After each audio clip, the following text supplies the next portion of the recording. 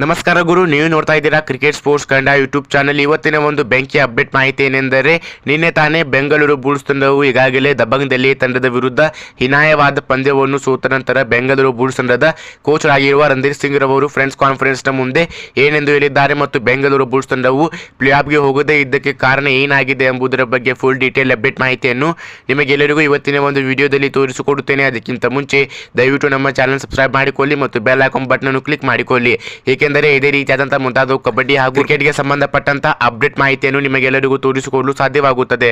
So ಬನ್ನಿ ಸ್ನೇಹಿತರೆ, ಇವತ್ತಿನ ವಿಡಿಯೋನು ತಡ ಮಾಡದೆ ಶುರು ಮಾಡೋಣಂತೆ.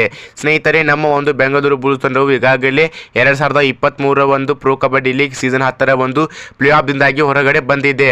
ನಿನ್ನೆ ತಾನೇ ದಬಂಗ್ ಡೆಲ್ಲಿ ತಂಡದ ವಿರುದ್ಧ ಬೆಂಗಳೂರು ಬುಲ್ಸ್ ತಂಡವು ಸುಮಾರು 8 ಪಾಯಿಂಟ್ನ ಲೀಡ್ನ ತಕ್ಕಂತೆ ದಬಂಗ್ ಡೆಲ್ಲಿಯ ತಂಡದ ವಿರುದ್ಧ ಉತ್ತಮವಾದ ಪರ್ಫಾರ್ಮೆನ್ಸ್ ಅನ್ನು ತೋರಿಸಲು ಸಾಧ್ಯವಾಗದೇ ಇದ್ದ ಕಾರಣದಿಂದಾಗಿ 8 ಪಾಯಿಂಟ್ ಲೀಡ್ನ ತಕ್ಕಂತೆ ಹೀನಾಯವಾದ ಪಂದ್ಯವನ್ನು ಸೋತಿದ್ದಾರೆ. ಅದರ ಜೊತೆಗೆ ಬೆಂಗಳೂರು ಬುಲ್ಸ್ ತಂಡವು ಪ್ರೊ ಕಬಡ್ಡಿ ಲೀಗ್ ಸೀಸನ್ 10ರಲ್ಲಿ ಇನ್ನು ಮುಂದೆ ಯಾವುದೇ ಒಂದು ಪಂದ್ಯವನ್ನು ಆಡುವುದಿಲ್ಲ ಎಂಬ ದೊಡ್ಡ ಸ್ಟೇಟ್ಮೆಂಟ್ ಅನ್ನು ಕೂಡ ಬೆಂಗಳೂರು ಬುಲ್ಸ್ ತಂಡದ ಕೋಚ್ ಆಗಿರುವ ರಣಧೀರ್ ಸಿಂಗ್ ರವರು ವ್ಯಕ್ತಪಡಿಸಿದ್ದಾರೆ. ಸ್ನೇಹಿತರೆ, ದಬಂಗ್ ಡೆಲ್ಲಿ ತಂಡದ ವಿರುದ್ಧ ಬೆಂಗಳೂರು ಬುಲ್ಸ್ ತಂಡವು ಯಾವೆಲ್ಲ ರೀತಿಯಾಗಿರುವಂತಹ ಪರ್ಫಾರ್ಮೆನ್ಸ್ ಅನ್ನು ತೋರಿಸಿದ್ದಾರೆಯೋ ಆ ಒಂದು ಪರ್ಫಾರ್ಮೆನ್ಸ್ ಅನ್ನು ನೋಡಿ ನಮ್ಮ ಒಂದು ಬೆಂಗಳೂರು ಬುಲ್ಸ್ ತಂಡದ ಎಲ್ಲ ಅಭಿಮಾನಿಗಳಿಗೆ ಒಂದು ದೊಡ್ಡ ಸಂತೋಷದ ಮಾತಾಗಿದೆ ಎಂದು ಕೂಡ ನಾವು ಹೇಳಬಹುದು.